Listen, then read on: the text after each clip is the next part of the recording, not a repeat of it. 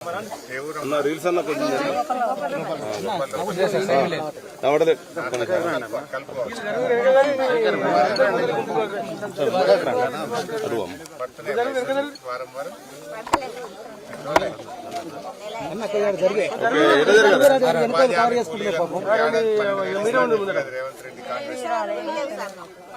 ఆత్మీయ భరోసా ఏడాదికి 12,000 ఇస్తాము అన్నారు ఉపాధి కూలీలకు.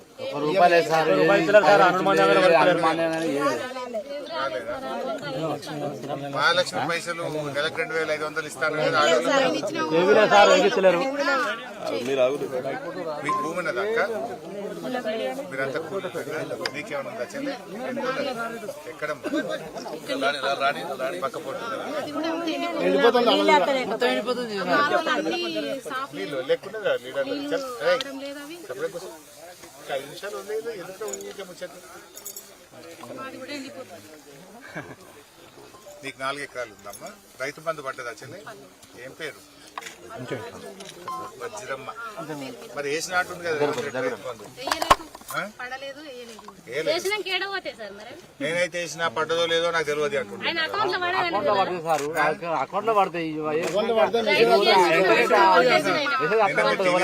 లేదో నేనైతే పంపినా వేసేసినా పడ్డదో లేదో నాకు తెలియదు అంటున్నాను.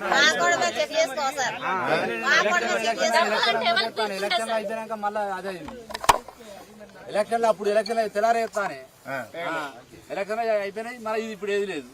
యూరియా తెచ్చుకున్నావు తల్లి? రోజు చెప్పులు పెట్టుకుని అవి పెట్టుకుంటే యూరియా తెచ్చుకున్నావు. ఇదంతా పెట్టుబడి అయిపోయింది. మరి ఎట్లా ఎంత 4 ఎకరాలు వండుతుందా ఏమన్నా? ఇంకా ముందు ఎకరం పోతా? 1 ఎకరం పోతా? 1 ఎకరం బాయి పూడికే తీసినావు? మొన్ననే తీసినాం. 1,00,000 రూపాయలు బాయి పూడికే 1,00,000 అయింది. నీ పంట వండితే కనీసం 1,00,000 నిండుతుందా? పూడిక పైసలు కూడా రావు. పూడిక పైసలు రావు. 1 ఎకరం పోతుంది. రైతు బంధు వల్లేదు. ఈ కాలువ వచ్చేటట్టు చేయండి సార్. ఇప్పుడు ఈ కరెంటు ఎప్పుడు పోయి ఎప్పుడు వస్తుంది? అది కూడా నమ్మకాలే సార్. అది ఎప్పుడు పోతుందో ఎప్పుడు ఉండదో వెళ్తలే. కాదు పొద్దుకి ఎప్పుడు పోతుంది, పొద్దుగాలు ఎప్పుడు వస్తుంది? 5 గంటలకు పోతుంది. రాత్రి 12 గంటలన్నరకు వస్తుంది సార్. రాత్రి 12 గంటలన్నరకు వస్తుంది. ఇక పొద్దురాక ఉంటుంది. నీళ్ళే లేపా కరెంటు ఇంకెందుకు? నీళ్ళు బొట్టే లేపా. నీళ్ళు ఉంటేనో కరెంటు ఉండదు సంప్రదాయం. నీళ్ళు లేకుండా పై నీళ్ళకి ఇబ్బంది అవుతుంది, నీళ్ళతోటి ఇబ్బంది, యూరియాకి ఇబ్బంది అవుతుంది. రైతు బంధు పడలేదు. ఊరియా కూడా రేటు బాగా పెంచింది. ఊరియా కూరలలో అన్నం చేసుకోవాలంటే మాసంలో చిన్న కూరలు అన్నం చేయరా ఎట్లా చేస్తావు సార్? అది మరి ఎట్లా చేస్తున్నావు? ఇక వాళ్ళ మేసంలో చేస్తే నాలుగు తెచ్చుకుంటాను. అందులో పోయి తెచ్చుకుంటాను. అది కూడా 2 సార్లు 3 సార్లు ఇస్తారట కదా? 2 ఫేజులు సార్. 2 ఫేజులు 2 ఎకరాలు ఉంటే 6 బ్యాగులు ఇస్తుండ్రు. దాన్ని 3 ఫేజులు అంటే పొలం ఎంత హెక్టార్లను బట్టే ఇస్తున్నది. మొదలు నాట్లప్పుడు ఒకసారి, ఇప్పుడు పొట్టకొచ్చిన ఒకసారి అట్లా సార్. 2-3 సార్లు తిరగాలి. 3 సార్లు సార్. కొంతమంది కేసీఆర్ ఉన్నప్పుడు యూరియా ఎట్లా వచ్చింది? అప్పుడు ఊరియా మంచిగా దొరికింది. అన్ని తెచ్చుకున్నాం. ఆడిపోయా మేము ఆడలో వేసుకొచ్చుకున్నాం సార్ యూరియా. ఇప్పుడు యూరియాకి ఇబ్బంది ఉంది. రైతు బంధు పడతలేదు. నీళ్లు కాలువ తీయక పంటలు ఎండిపోతున్నాయి. ఇప్పుడు సార్ మా ఊళ్ళో 18 మంది కళ్యాణ లక్ష్మి ఆడపిల్లలపై అమ్మాయిల పెళ్లి చేసి సార్ అప్పులు తీసుకొచ్చి. ఆగ్రహపోయి నువ్వు మాట్లాడినా పబ్లిక్ తో మాట్లాడి కార్యకర్తలు ఊరియా బస్తాలు రైతు కరెంట్ కార్డు ఉంటే ఊరియా బస్తాలు ఇచ్చింది. ఆటోకి పైసలు ఈ ఫోన్కు ఓటీపీ చెప్పమంటారు. ఓటీపీ నాకు చెప్పరాదు. ఇంకొకటి పెద్ద ఫోన్లల్లా ఓటీపీ చెప్పినప్పుడు కూడా పైసలు మోసం అవుతున్నాయి. కరెంటు కార్డు ఉంటే రైతులకు బత్తాలు వచ్చేది. ఊరియా బత్తాల గురించి ఇది. ఇంకొకటి కేసీఆర్ ఉండగా రైతులకు మాఫీ చేసిండు. 1,00,000 వరకు మాఫీ చేసిండు. 2,60,000 రూపాయలు అప్పులెత్తుకున్నా బ్యాంకుల 2 లక్షల వరకు మాఫీ చేస్తా అన్నాడు. మహిళా గ్రూపుల పైసలు ఎత్తి 85,000 కట్టినా. 2 లక్షలు మాఫీ చేస్తాడండి. ఆ 2 లక్షలు మాఫీ కాలే. 1,00,000 రూపాయలు అప్పాడున్నా పల్లెటూరులో. అచ్చా 2 లక్షల మీద ఉన్నది మీరు పోయి కట్టుకోవాలి అన్నాడు.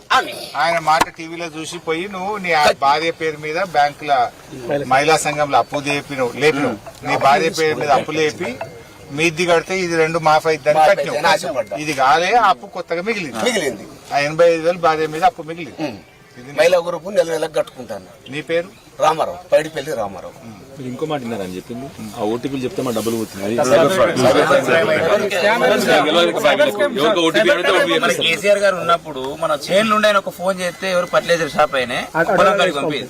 ఇప్పుడు ఆయన ఓటీపీ చెప్పాలంటే ఇది స్కామా లేకపోతే ఊరియా బస్తాల కోసం కన్ఫ్యూజ్ ఉంది ఆయన. అట్లుండే సార్. ఇప్పుడు ఈ ఏరియాలో ఎంత పంటకి ఇట్లా ఇబ్బంది ఉన్నది నీళ్ళు లేక? ఇప్పుడు మైసమ్మ చెరువుకి కాలువలకి ప్రెసెంట్ వరకు అయితే 60 ఎకరాల దాకా ఎఫెక్ట్ పడేది సార్. ఇంకొక 15 డేస్ వరకు ఇంకొక 70 ఎకరాల దాకా పోతుంది సార్. ఓవరాల్ గా మా కాలువ దవి నీళ్లు వచ్చి ఉంటే మైసమ్మ చెరువుకి ఇబ్బంది రాదు, ఇబ్బంది కాదు సార్. ఇప్పుడు సకాలంలో డిసెంబర్ లో జనవరిలో కాంగ్రెస్ ప్రభుత్వం కనీసం నీటి మీద సమీక్ష సమావేశం పెట్టి ఇరిగేషన్ వాళ్ళతో పెట్టి ఈ కాలం క్లియర్ చేసి డిసెంబర్ జనవరిలో కనీసం కుంటల చెరువు సార్, ఈ మల్లపూర్ల ఎల్లమ్మ చెరువు ఉంటుంది ఒకటి, అలా నింపినా కానీ సార్ ఇప్పుడు ఈ రైతు కొంచెం ఉంటుండే సార్, బతుకుండే. ఇంజనీర్ రైతు బయటపడుతుండే సార్. ఆ పొలం ఆల్రెడీ 60% కంప్లీట్ అయింది. ఆ కుంట్రోల్ చెరువులలో నీళ్లు ఉంటే ఇప్పుడు బయట పడుతున్నాయి సార్. ఆయన అక్కడ అది డ్రై అయిపోయి సార్, బయట డ్రై అయిపోయింది. డిసెంబర్ ఎండింగ్ కల్లా అట్లా నీళ్ళు వస్తే 600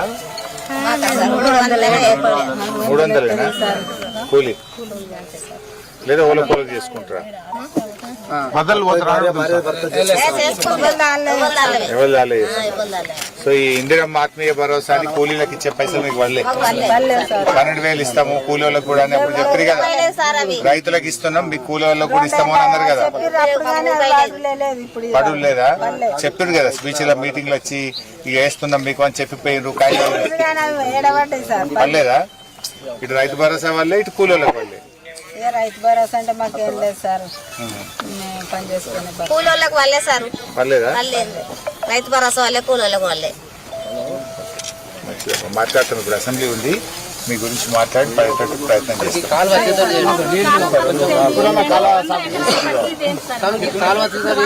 పరిస్థితి ఏంటి చెప్పండి సార్. మరి ఒక 3-4 ఎకరాల పొలం వేసిన ఒక 60-70-80 వేలు, ఇంత కష్టపడంగా కూడా నేను కష్టపడంగా కూడా 60-70 వేల ఖర్చు పెట్టిన నేను. ఇప్పుడు నా పరిస్థితి ఏంది, మా అందరి పరిస్థితి ఏంది?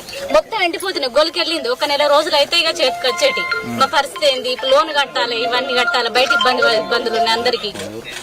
ఫర్టిలైజర్లు కట్టాలి, ఇవన్నీ ఎట్లా సార్ మా పరిస్థితి? కొంచెం ఇవన్నీ నీళ్ళు వచ్చి పరిస్థితి మీ ప్రభుత్వంలో సార్, మీ ప్రభుత్వంలో కాలువ అక్కడక్కడ అయింది. మరి మొదటి నుండి ఎందుకు రాలి? అప్పటి నుండి అత్తిప్పు రాపోనా? ఈ పాటి చెరువులు నిండున్నాయి అన్న. లాస్ట్ టైం మసాలా దుంకుతున్నాయి.